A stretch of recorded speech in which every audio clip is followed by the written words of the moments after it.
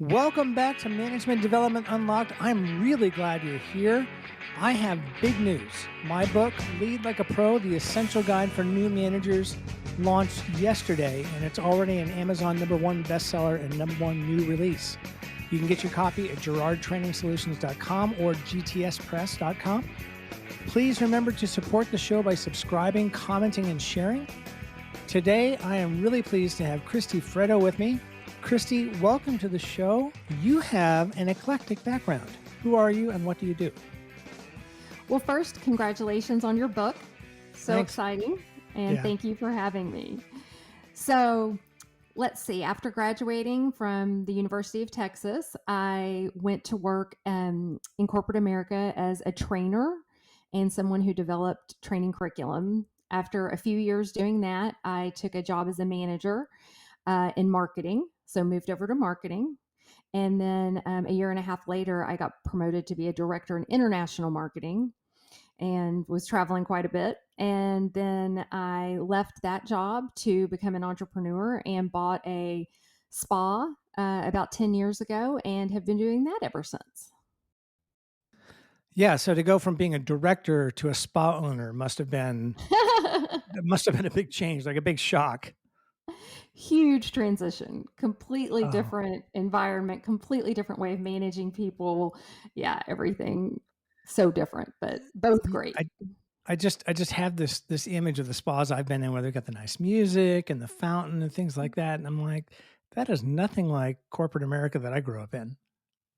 No, totally different. You get to dress casually and just everything's different. Some people don't even have email that you work with or don't use email or read emails at all. I mean, it's a totally different world, Yeah. but I'm I love it. tied I'm tied to email. Well, good for you. Well, next time I'm in Dallas, I'll look you up. Okay, sounds great. Cool. All right. So, I want to start with a question about your background. You know, you've touched on it, but go a little deeper into your background. So, especially with the corporate America piece, what were you doing? What was that like? And then maybe tell us a little bit about your new role. Well, let's see.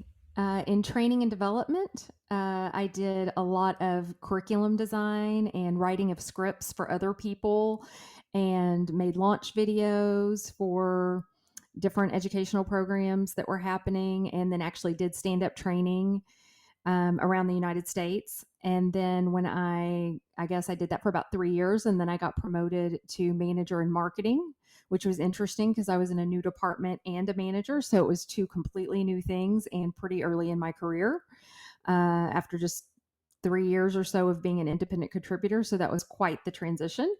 But it was great and it was fun and I learned a lot. And in that role, we did a lot of product launches and product launch videos and those kinds of things, basic type, forecasting of products, your basic marketing functions. And then when I got promoted to be a director, which was a role that I took on pretty soon, I was 28. So it was early in my career. I'd only been in management at all for a year and a half. And then I had about 70 people between straight line and dotted lines underneath me. So that was very daunting at first, I have to say. And then in that role, I took on some other areas of marketing, such as PR and advertising, um, more analysis, strategic planning, budget review, budget approval, all of those kinds of things.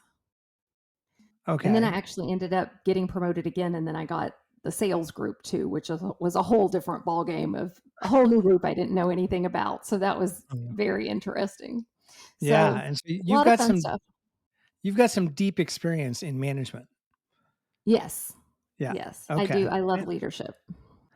And that's where I wanna go, with this episode is going down into your experience in management and leadership, but with a twist because you focus on mindset, right? Yes. Okay. So tell us a little bit about how a new manager can create a positive mindset for themselves and their team, either in corporate America or in a spa. Well, maybe we'll go with corporate America for this one. I think the most important thing is that you lead by example. You're showing that you have work-life balance. You're showing that you have a focus on well-being, and you're promoting that with your team. Because for them to have a positive mindset, they have to have some form of work-life balance, or they're going to be unhappy. And if their personal life is unhappy, they're not going to perform well on the job, and they're going to resent you. So I think that, things like that, promoting any kind of wellness that you can promote, whether your company offers programs that you can encourage and incentivize within your team and all do together, or if pull in your own, meditations or whatever they are. I mean, things like that used to sound very woohoo, but now the CIA is using meditation, if you can imagine that, to help people have more focus and clarity, who are doing the really important intelligence work. So I think that it's something that's becoming a little bit more mainstream, and that you could actually promote within a corporate environment under a wellness initiative that would help significantly with mindset, stress, burnout, all of those things. I agree. I worked at a company in Silicon Valley. My last job in Silicon Valley, we actually had massages. You could have a 15-minute massage once a week. There was mindfulness meditation. There was yoga. There was a gym membership. So there was a lot of emphasis on wellness at that company. The only problem was there was no time to take advantage of it, but it was there. It was Yes. it was nice that it was there. So that was good stuff. And in my own life, in my own practice now, in my business now, I meditate, I go to yoga, I take regular time off. I try to knock off. I'm usually away from my desk no later than 5, so I can spend time with my family. So that's all really important stuff. That is very important stuff. And it's important stuff for leaders to model. Mhm. Like, I remember a colleague of mine got a text from the CFO on Christmas Day one time asking about a spreadsheet. Mhm. And so not only was it wrong that on Christmas Day she got a text, but to imagine that the CFO is working, that's your expectation of me too. That's Mhm. implied, right? That I would be working even on the holidays. So Yeah. it's great that you're modeling that. Yeah, absolutely. I took a few days off over Labor Day, and I told my team, "I'm taking some mental health days. I don't expect you to do any work. I don't expect you to do anything. If you get an email from me on the vacation, if I can't help myself and I send you a note, I do not expect a response till Tuesday. Like, take care of yourselves, and I'll send you pictures of where I'm at." And I was at a beautiful log home on a river, and I was sending them Oh, pictures like, I am chilling out. I'm seriously chilling out this weekend. So that was good. that's perfect. Yes, when I have really stressful days, I always say I need to go to a cabin in the woods, and we have one that we rent. Oh, nice. Yeah, same here. That's what we did. Nice. Well, moving on, you also talk about something called manifesting. So, what is manifesting and how does it work and what's the benefit? There are a lot of components to manifesting. There is just simple visualization of the outcome that you want and how something will go. So, for a new manager, for example, that could be as simple as if maybe they're nervous about leading meetings because they didn't lead a lot of meetings as individual contributors. Visualizing how that meeting's going to go, visualizing a positive outcome, visualizing themselves giving the presentation and people engaging and having positive feedback and that sort of thing before they go in. Visualization is so powerful. Even Michael Jordan uses it for every move that he's going to do on the court, every possible scenario. He visualizes all of them before he does them. He doesn't just visualize the outcome as a win. He visualizes all the moves, the tactical pieces. So that's a great way of manifesting. That's very simple. It's also something that you can do as part of a meditation. There are guided meditations for manifesting that you can find on Apple Music, Amazon Music, whatever the case may be. And you can use those to really create what your future life should be. So it asks you different questions like your future ideal self, your future ideal life. Where are you? Where do you live? What does the house look like? Take off your shoes and walk around the house. Look at the pictures of your family in the house. Open the closet door and see the clothes in your house. And so it goes through then all the areas of your life. What are you doing for a career? It's time to go to work now. Um, you know, you're doing all the things that you were meant to do. How does it feel? And the feeling part is really the key when you're manifesting, because you want to feel the way that your future self would feel after it's accomplished all of these things and is in that existence, right? So if you are, for example, trying to sell your business, and so you're trying to get it to be at a super high price, and you get that great high price, right? How do you feel when you make that sale? Do you feel so proud of this accomplishment? Do you feel so excited about where you're going? Like, are you going to go travel? Or are you going to buy a little cabin in the woods and move there permanently? How does it make you feel? Are you relaxed? Are you energetic? Like, really try to get into those feelings. And that's what makes the big difference. That's what's really powerful when you combine manifestation with meditation. So there are a lot of components. I could talk about manifesting all day, because you also have the law of attraction. You have so many great examples of people who've succeeded and used those strategies. Sounds good. I like it. I have to do that now that the book is out. I'll have to manifest my new life.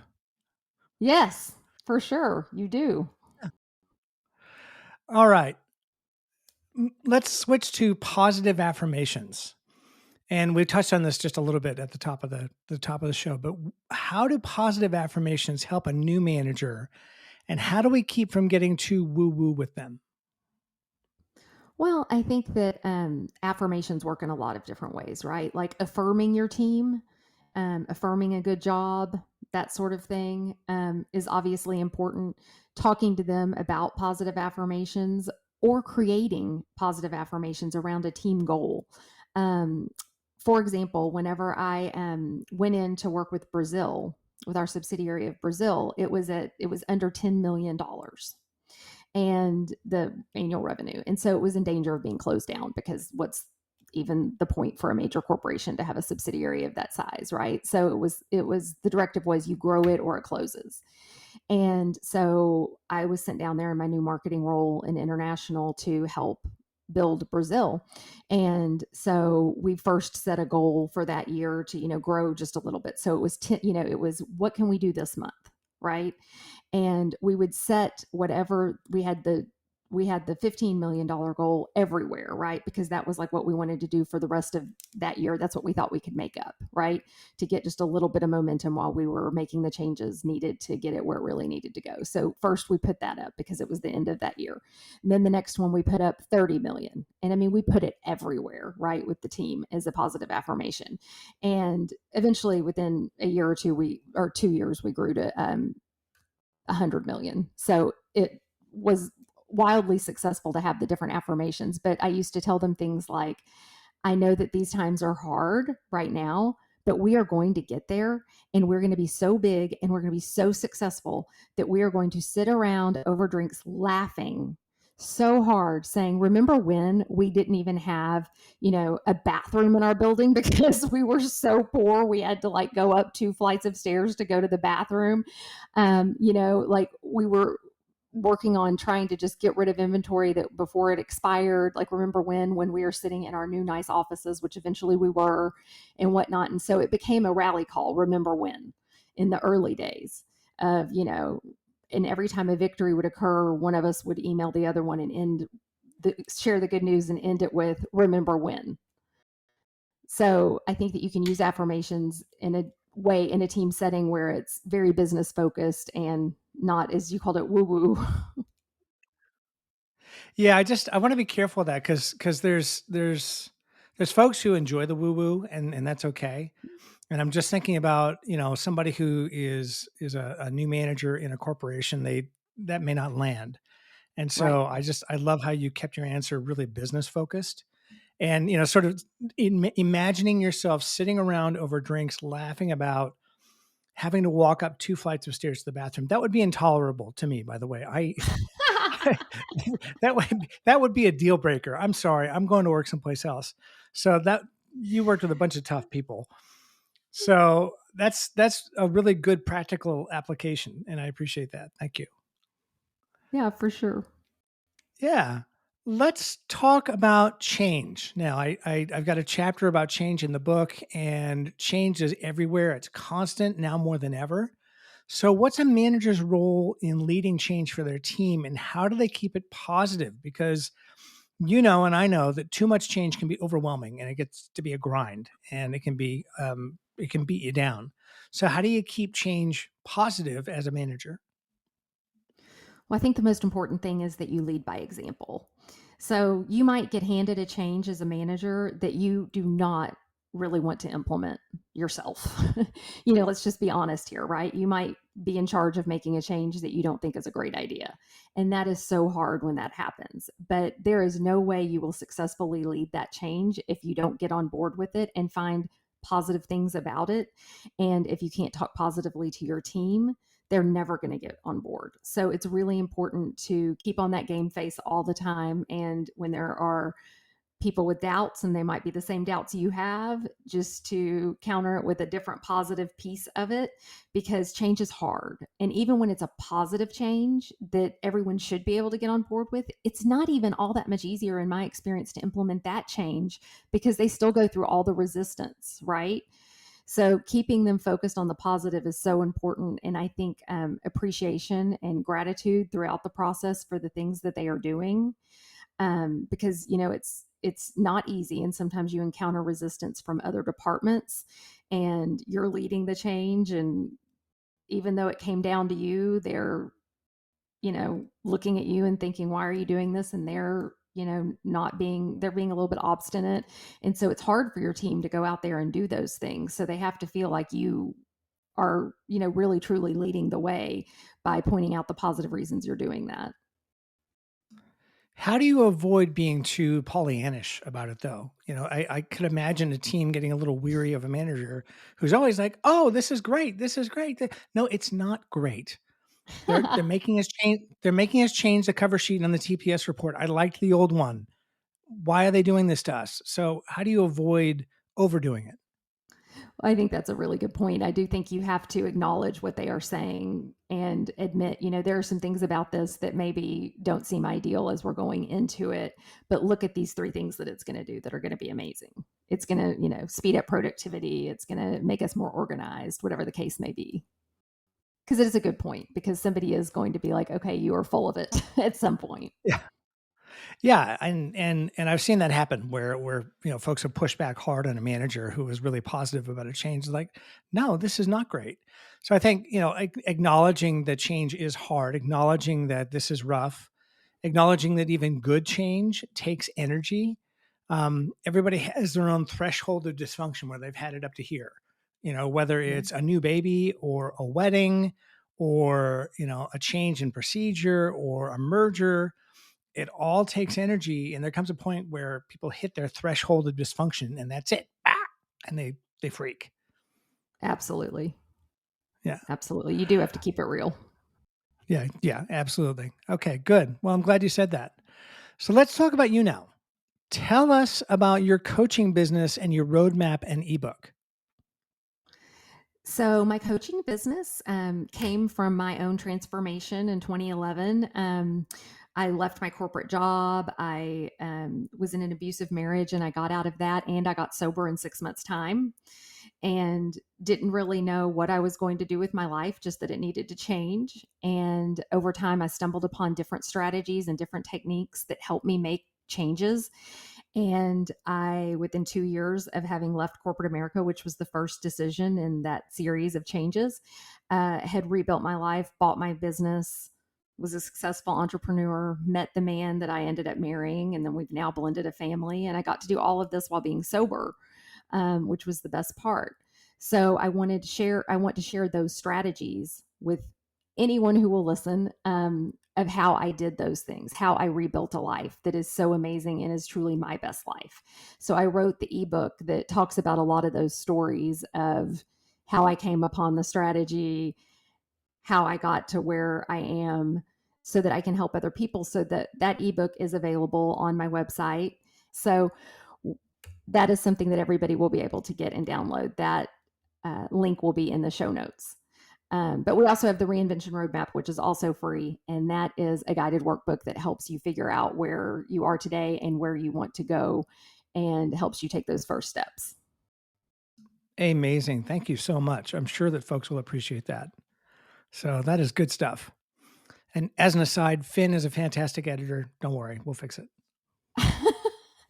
Awesome. Thank you. Let's learn a little more about you. You've got this really eclectic background. You've done some really interesting things. You've led teams. You own a spa. Let's find out how you respond to the lightning round. And the first question in the lightning round is: if you could sit in my seat and interview anyone, living or dead, who would it be and why? Okay, so this is probably an unusual answer, but I would love to talk to Walt Disney. I would love to know how Walt Disney, because I love manifesting so much, right? I would love to know how he manifested something so amazing and different than anything anyone has ever seen, how he had that vision, and how he made all of that happen. We're huge Disney fans in our family, so I don't know, but I always think about that. I'm like, this came from one guy's imagination. So I'd love to Yeah. know more about that. Yeah. And to go from Steamboat Willie to, where it was at when he died, that was a Yeah. huge journey. Yeah. Yeah. From loving the Interesting. steam trains to the craziness that it is now. Yeah. Well, I don't think he had this version of Disney World in mind. No. But Well, no. No. But I think that it's probably beyond his wildest dreams, but I bet that where Disney was when he passed was also beyond his wildest dreams. yeah. So I'd love to know more about how he did that. It's pretty amazing. Yeah. Okay. That's the first time Walt Disney has come up with that I'm question. sure So, it's kind of a yeah. funny answer, but it's true. Yeah. No, it's cool. All right. I think I know what you're going to say about this one, but what is your favorite vacation spot and why? Okay, it's definitely the Caribbean, and I am going there tomorrow. Oh, where? Playa del Carmen outside of Cancun. So I Okay. am super excited about that. And I mean, no matter how many, I've been to 6 of 7 continents, but no matter what, to me, the Caribbean is always the easiest, best, just most fun, beautiful place to go. Oh, I want it. I want to scuba dive in the Caribbean. Oh, yes, it's beautiful. Yeah. The Oh, fish, all the different creatures, that beautiful yeah. clear water. Mm-hmm. Mm-hmm. Well, I hope you're at least snorkeling while you're there. For sure, for sure. And my Good. husband will dive, so he'll tell me all Good. about it. Excellent. Good. Good. Well, come back and give me a trip report and see if you can convince me and my wife to save our pennies and go. Yes, it's worth it. And it's not that Okay. expensive, which is one of the reasons I like it too. Yeah. All right. I will keep that in mind. Where would you most like to travel aside from Playa del Carmen? So my husband and I are actually saving for an African safari. So we are thinking Kenya because it is just such a beautiful landscape and has all of the animals that we want to see. Oh, I would love to take my kids to Kenya. That'd be amazing. My We weren't cousin, planning on kids. No sorry, kids for us. We're not going to take any no kids kid. with us. Okay. No, I would do it for the kids. I would definitely drag them along. Come on, look, so let's see a tiger up front, up close. My cousin was a diplomat in Kenya and would send back the most amazing pictures. Like, oh yeah, we went for a safari today, and just checked out some stuff, and it's just amazing. Yeah, a beautiful Last different question. world. Yeah, yeah, totally different in every way. My last question for you is: what brings you the most joy in your life? So this is not the right answer as what people would probably want you to answer, but honestly, I know it should be my kids and my family, but right now it's my kitten. We just got this little kitten. We got her at 4 weeks old. She's a tuxedo kitten and she has the best personality and she runs and plays and falls and does somersaults and she is bringing all the joy right now to this house. If I'm completely honest. Well, I can relate because not long ago we adopted a cat. We adopted a 1-year-old cat from the Humane Society, and I'm not a cat person, but we get along. He's a cool guy. We hang out. Yeah, So when you I get get a it. good cat, it's a find. They're not all Yeah. great, but when you get a good one, it's the best. Yeah. No, El Senor Javier is pretty cool. So I like Oh, I him. love that name. Yeah. That's what they call them at the shelter. So we just kept it. Oh, that's awesome. I love shelters. Yeah. Well, Christy, thank you so much. I really enjoyed our conversation. How can people find you? bestlifemindset.com, and we're on Facebook and Instagram also for Best Life Mindset. So find us, bestlifemindset.com. Bestlifemindset.com. Okay. Well, thanks for listening. Please subscribe, comment, share, and connect with me on LinkedIn and Instagram. Pick up my new book, Lead Like a Pro, The Essential Guide for New Managers, is available on Amazon and on my websites. We will catch you on the next one. Bye-bye. Bye.